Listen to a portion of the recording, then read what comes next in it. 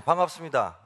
여러분들이 이렇게 크게 환영을 해주시니까 걸어 나오면서 드는 생각이 내가 세상에 태어난 날 우리 부모님을 이렇게 좋아하셨을까? 라는 씁쓸한 질문이 오가는데 어쨌든 그러셨으리라 믿으며 제가 잠깐 오늘 여러분과 나누고 싶은 말은 이 행복이라고 하는 것, 또 우리 큰 인생 속에서 이 행복이라고 하는 것의 어떤 위치는 뭘까? 이것에 대한 저의 개인적인 생각을 좀 나누고 싶습니다. 잘 안 보이지만 제가 확신컨대 여기 앉아 계신 분들이 단 한 사람도 똑같이 생긴 두 분들이 안 계시잖아요. 사람이 이렇게 생김새가 다 다르듯이 우리 모두 가지고 있는 마음의 생김새도 달라요. 그런데 마음의 생김새가 여러 모양으로 다르지만 그 중에서 특히 최근의 심리학에서 많은 주목을 받고 있는 차이는 뭐냐면 행복한 사람과 그렇지 않은 사람들, 이 사람들의 어떤 삶은 어떤가에 대한 연구들이 많이 이루어지고 있어요. 우리는 흔히 이렇게 생각을 하잖아요. 인생에 뭔가를 성공을 얻으면 곧 행복해질 것이다. 이런데 약 20년간의 연구들을 보면 의외로 그 생각을 뒷받침하는 과학적인 증거가 굉장히 미약해요. 역으로 흥미롭게도 그 반대의 시나리오, 다시 말하면 성공을 해서 행복한 것이 아니라 행복한 사람들이 다양한 삶의 영역에서 성공할 어떤 확률이 높아진다에 대한 어떤 생각을 지지하는 연구들은 많이 쏟아져 나오고 있어요. 제가 몇 가지만 소개를 드리면, 이런 생각의 어떤 전환점 혹은 계기가 되었던 연구 중에 하나, 굉장히 유명한 연구가 뭐냐면 이 수녀 연구라고 흔히 하는데, 간단히 말씀드리면 이런 내용이에요. 이 연구자들은 약 몇백 명에 해당되는 수녀님들을 연구를 하고 있었는데, 우연히 이 수녀님들이 약 60년 전에 써놓으신 짧은 글을 발견을 하게 됐어요. 이 글을 언제 썼느냐, 이 수녀님들이 수녀가 되시기 위해서 1년의 교육 과정을 받으시고, 쉽게 표현하면 그날 주일 미사 때 수녀가 되셨어요.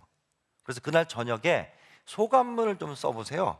그래가지고 몇 자 남긴 글을 연구자들이 발견했어요. 이 글을 언제 쓰셨느냐, 1930년도에.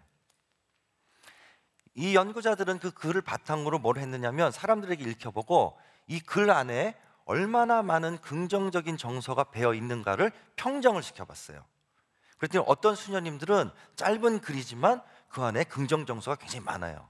그 예가 되는 어떤 이 글을 제가 여기다가 올려놨는데, 우리가 뭐 자세히는 몰라도 제가 빨간 글씨로 놨지만 공부하면서 뭐라 그러세요? Very happy 했다. 그리고 뭐 eager, joy, 난 앞으로 할 일에 대해서 정말 기쁜 마음으로 기대를 한다. 이런 수녀님들은 이 평정에서 4, 아주 긍정 정서가 높습니다. 어떤 수녀님들은 전혀 없어요.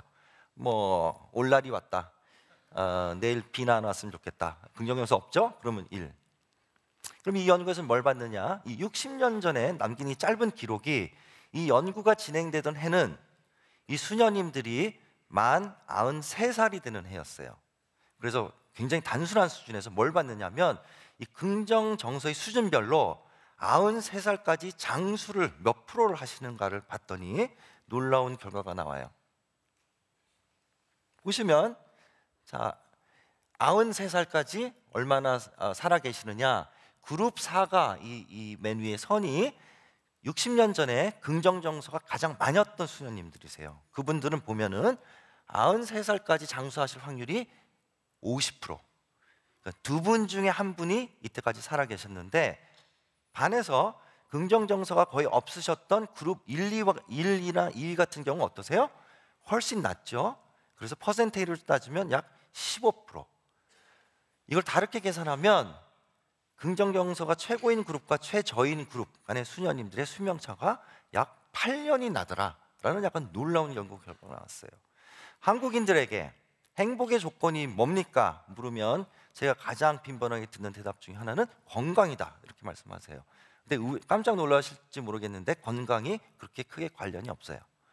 그것보다는 건강해서 행복한 것이 아니라 이런 경우를 보면은 행복이라고 하는 것이 건강을 지키는 어떤 굉장히 중요한 힘이 된다, 이런 것을 보여주기도 해요. 제가 또 하나의 연구를 간략히 소개해 드리면, 여기 학부모님들도 앉아 계실 텐데, 이게 저희 연구실에서 나온 굉장히 따끈따끈한 데이터예요. 그래서 거의 공개를 안 했는데 굉장히 저희가 생각해도 놀라운 어떤 발견이라서 보여드리면, 고3 때 이제 누구나 이제 입시를 다 이제 아직 거치고 있는 학생들도 혹시 있는지 모르겠는데, 한국 사회에서 굉장히 인생의 큰 부분이잖아요. 이 연구에서는 우리가 고3 때 전교 석차, 다시 말하면 쉽게 말씀드릴게요. 고3 때 누가 공부를 잘하느냐, 이걸 예측하는데, 중학교 2학년 때 여러 가지 어떤 이 학생의 특성들을 우리가 측정을 해봤어요. 여러 가지를 해봤지만 여기 보시는 것은 중학교 2학년 때 삶에 대해서 얼마나 만족하는지를 물어봤더니, 어떤 학생들은 전혀 만족하지 않는다 부터 매우 만족한다라는 어떤 행복도의 차이가 있었죠. 그래가지고 이 학생들이, 똑같은 학생들이 고3이 됐을 때 전교 석차와 성적을 보면 여러분들이 보시다시피 매우 만족하고 행복하다 하는 친구들이 이렇지 않았던 친구들보다 더 전교 석차가 높아요. 근데 여러 가지 이유가 복잡하게 얽혀 있을 수가 있죠. 그래서 우리가 자세히 통계적으로 보면 이때 관련이 있는 것이 당연한 얘기지만, 고3 때 어떤 학생들이 잘하겠어요? 공부를. 중2 때 공부를 잘하는 학생들이 하겠죠. 그래서 통계적으로 당연히 그게 관련이 있어요. 그거는 뭐 상식적으로 당연한 건데, 중2 때 성적에 추가적으로 뭐가 중요하냐 봤더니 유일하게 삶의 만족감이에요.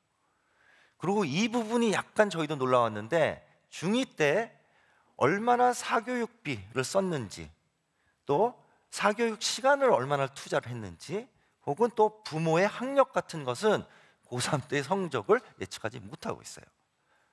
우린 흔히 중학교 뭐 애들이 뭐 친구들이랑 놀고 즐거워하면, 야 정신 차려, 뭔가 행복한 것이 잘못됐냐, 이렇게 얘기를 하지만, 사실은 이런 걸 보면 그 어려운 입시라고 하는 어떤 몇 해에 자기가 견뎌나갈 수 있는 어떤 굉장한 큰 에너지가 되는 것이 행복이다 하는 것을 이런 데서도 보여주고 있는 것이라고 봅니다. 행복이라고 하는 것이 저는 개인적으로 뭐 오래 살게 해준다, 뭐 저는 그렇게 오래 살고 싶지도 않아요.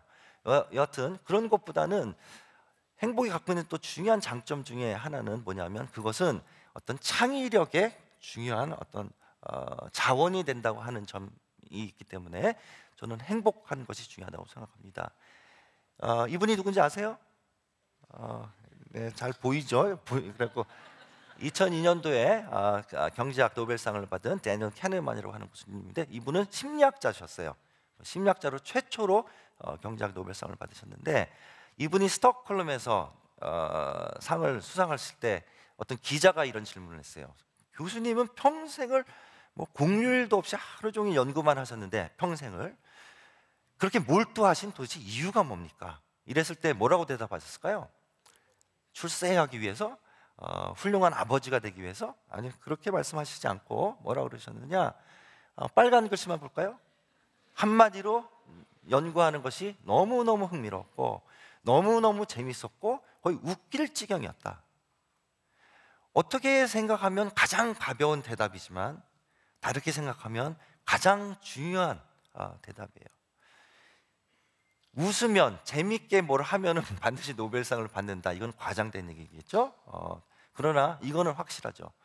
어떤 일을 정말로 흥미를 가지고 즐거움을 가지고 하지 않으면 절대로 굉장한 어떤 업적이나 성취는 낼 수 없다 하는 것은 분명한 사실이에요.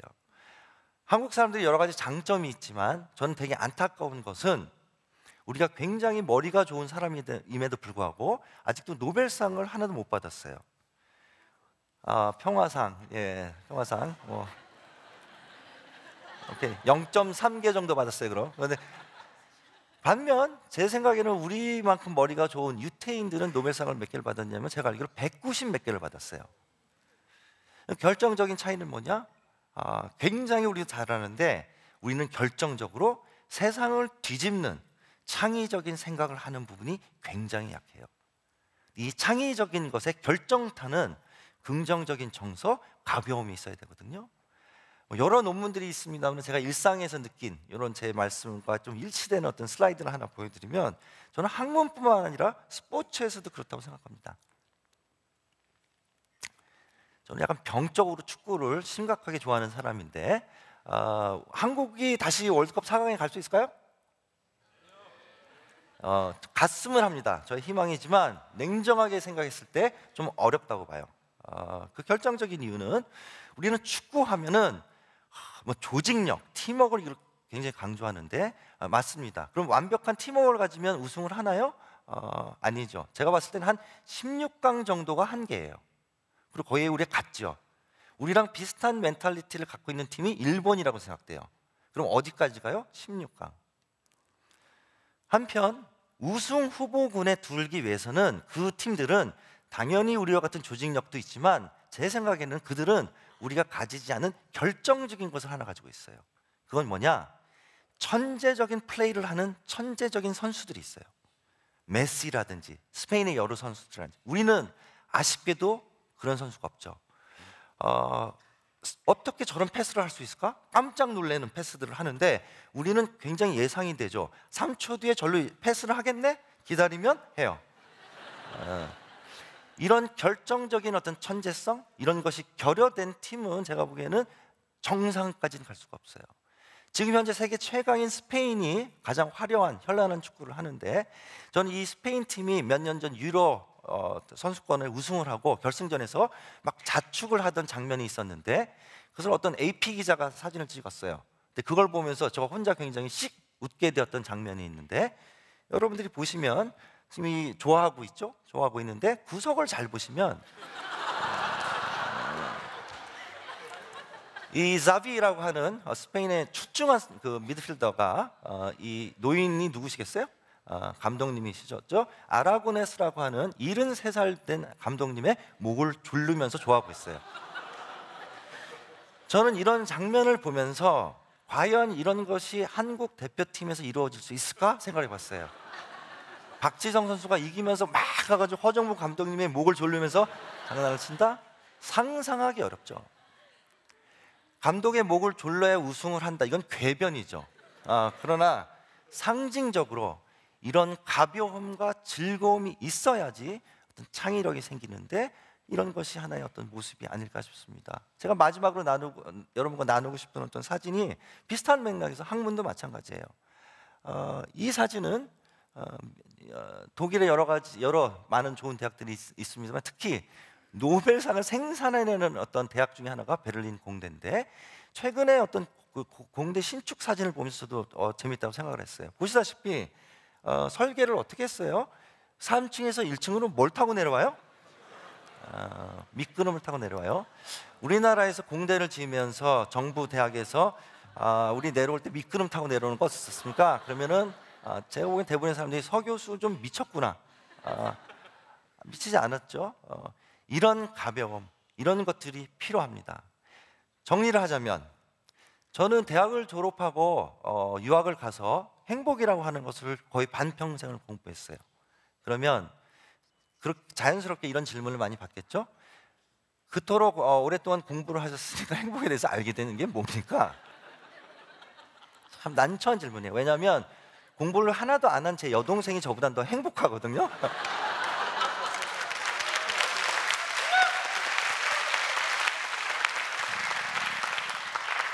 그래도 억지로라도 대답을 만든다면 그 중에 하나는 이거예요. 많은 사람들, 특히 이제 한국 사람들이 우리가 좀 그런데 행복이라고 하는 것을 마치 인생의 피땀을 흘려가지고 노력을 하고 참고 해가지고 인생의 말미에 그 노력에 대한 대가로 얻는 무슨 쿠폰이나 보상 이런 생각을 하면서 현재의 소소한 즐거움들을 그냥 없애고 참고 미래를 위해서 살아요. 인생의 뭔가를 이루어야지 그것에 대한 보상으로 얻는 것이 행복이다 이런 생각을 하기 때문이죠. 근데 이런 연구를 보면 그렇게 생각할 것이 아니라 인생을 어디를 가든 간에 행복감을 가지고 가는 삶과 행복감이 결여된 삶은 여러 가지 영역에서 질적으로 다른 결과를 창출해낸다 하는 얘기를 하고 있거든요. 그러니까는 지금의 소소한 것, 지금 소소한 즐거움을 주는 것 이런 것들을 놓치지 마시고 지금 여러분 다 행복한 삶을 만드시기를 바라겠습니다.